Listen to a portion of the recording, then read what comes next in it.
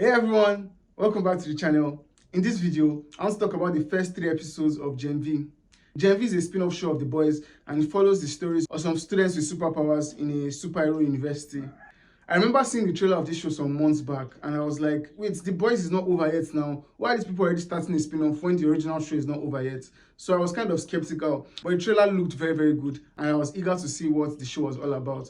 And man, I saw the first 3 episodes yesterday and I was so glad I saw it and I was mind blown. If you've seen The Boys, you know how crazy that story is. You know how crazy the world of The Boys is. And when you see a show like The Boys and you hear that there's going to be a spin-off show of The Boys, a show like The Boys, you expect to get the kind of craziness you get in The Boys in the spin-off show. And I'm here to tell you that the craziness I got in The Boys in the first 3 episodes of this show, I have gotten that much craziness, if not more.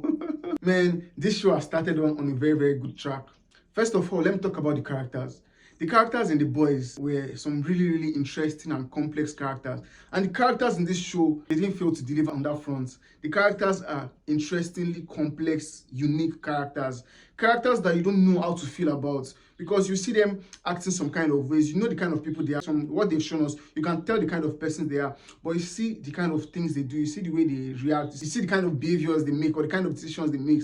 And it just makes you confused or conflicted about them. Like, you don't know how to feel about them. And I love that because that is a human thing. Humans are very, very complex people. And for you to watch a character, to see a character dealing with some complex emotions and dealing with some decisions and just making some decisions that conflicts with them, it's something that was very, very precious to see. I love that aspect and it made the characters so much more relatable. Like, they are superheroes, so they are not really relatable. But because of the decisions they make and the kind of actions or things that they do, it just makes you relate to them as humans. This is a human thing. This is how humans are. Humans do some kind of things that will conflict their own mentality or ideology. Sometimes they will do things that don't align with who they are. And just seeing characters do or make decisions like that just makes them very, very relatable and interesting characters. And the characters in this show, all of them, there are so many characters, not so many, but there are many characters in this film and they all feel unique and different. And the kind of powers that these characters have, powers that are kind of unique. Like, I'm sure we've seen some of their powers before, but the way they adapted it to their characters was something that was done in a very unique way.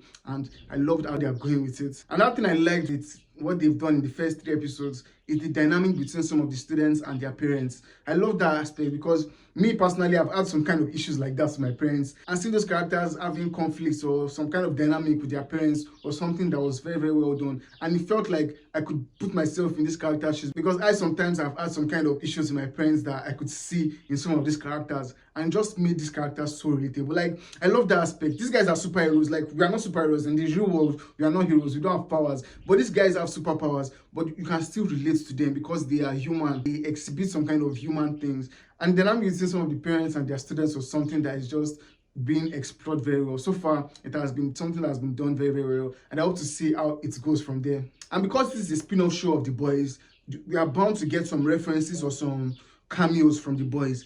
But the cameos and the references we get in this show, they could have easily just done them because they want to do fan service. But those cameos and the references, they are there for a reason. Like, some of them, maybe not all of them are there for a reason. Some of them are there for, like, to tell us that yes, this is something that happened in this other show. But most of the references and cameos in this show, they have a meaning. They have a reason why they are there. It's not like they're just there for fan service. So it adds to the story. It adds meaning to the story and makes the world feel full. Because if you are seeing something that happened in this other show and you can relate it with this show, it just makes the world of that show feel even much bigger. And I love that aspect of it. I saw so many references from The Boys in this show, but it did not feel like they were just putting it there because they wanted to do fan service. It felt like it had a reason to be there, and I really, really appreciated that. And the attention to detail in this show is something that I really appreciated. I don't want to go too much into it. I don't want to spoil too many things for people that have not seen it.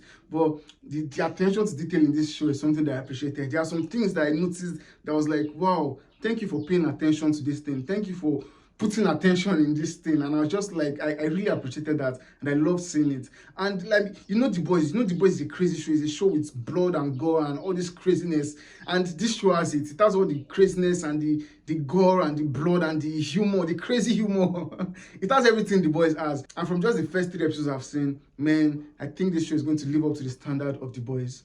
And I'm really looking forward to seeing it every week. Overall, this show has started up very, very good. Everything I loved in The Boys, I can find it in this show, and it's making me love this show so much. The amazingly complex, unique characters, the blood and the gore, the intensity, the humor, the fucked up humor. Man, this show has started so well, and I hope the way it is going, it continues like that and ends in a very high note. So far, I am loving this show. So have you guys seen the first 3 episodes of Gen V? What do you think about it? Comment below and let me know. If it's your first time on my channel, please subscribe to my channel for more contents like this. Thank you for watching. See you in the next video. Cheers.